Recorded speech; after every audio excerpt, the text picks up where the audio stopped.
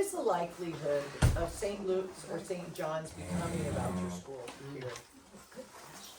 When the cap comes off, I would defer to you guys on that actually. Well, yeah, it's great. I'm sure Joan has something to say, because the cap could be very influential in that decision for schools to qualify or to go after it. Yeah, I've kind of wondered why some schools aren't accepting voucher money, and I'll admit I'm not sure all the requirements for them to do that, but I think every year we see more and more schools becoming voucher schools. In 2013, we had 25 schools that were voucher schools, and we're now up to 357 in the state. So every year it has gone up, so I would not be surprised, right? If more schools like that jump on the band. Why would you not? The money's pretty good. Right, exactly. And I'm with you. I don't know all requirements, what are the things. But I'll tell you what the non-requirements are. And the non-requirements are, you do not have to have a teaching license to be a voucher school teacher. And the non-requirements are, you can take special ed kids that have IEPs or have special needs, and you can take them into that school. We've talked about this before. And you do not have to provide them the necessary needs that they have of a OT person or a speech therapist. You don't have to have that. They also don't have to follow the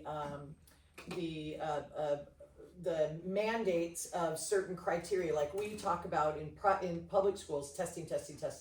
All teachers talk about is like, I teach to test, right? Because there's protocol set by DPI and the state legislature of these levels of education, and our voucher schools don't have to follow those. So that's what we're looking at. I think there might be some paperwork, perhaps, of a school to qualify for voucher funding, and then all the rest happens. Just if I can. No, of course.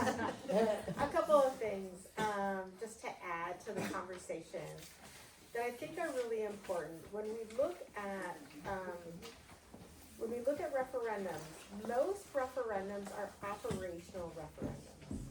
They're not capital referendums. Capital referendums are, we want a new stadium, we need a new roof.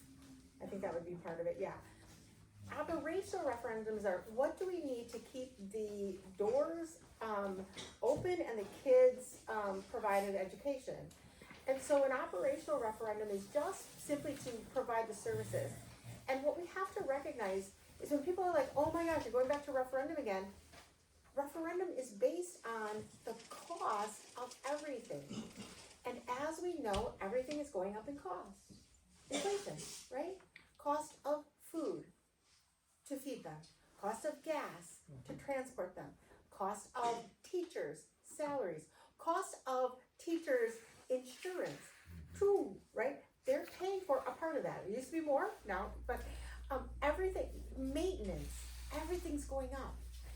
Technology, if they need something new.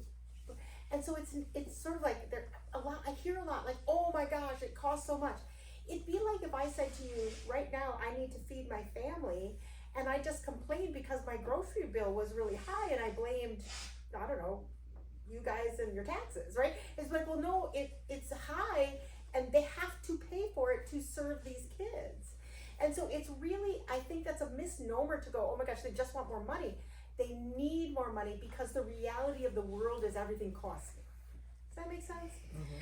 And I think that's important. Another thought that I want to share is when we talk about the voucher schools, it is almost $1 billion. Just shy of $1 billion a year.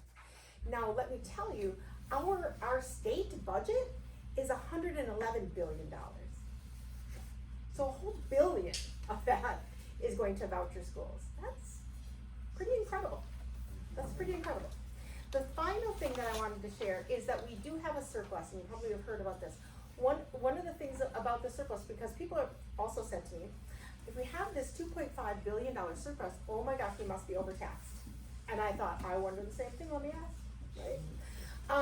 It turns out that the budget surplus, the 2.5, is mostly from dividends from stock market gains. Because the stock market has done well, and so there's gains on that, but this is one-time money.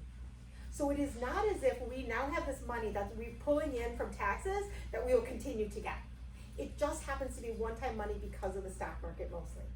And so we have to think of that, so we can invest it, but to think that we have it, so people are like, oh my gosh, we'll drop my taxes then. That wouldn't work, because this isn't money we're gonna get next time around. Does that make any sense? Okay, so those are a couple things again, because it gets so complicated, I just wanted to share. Thank you.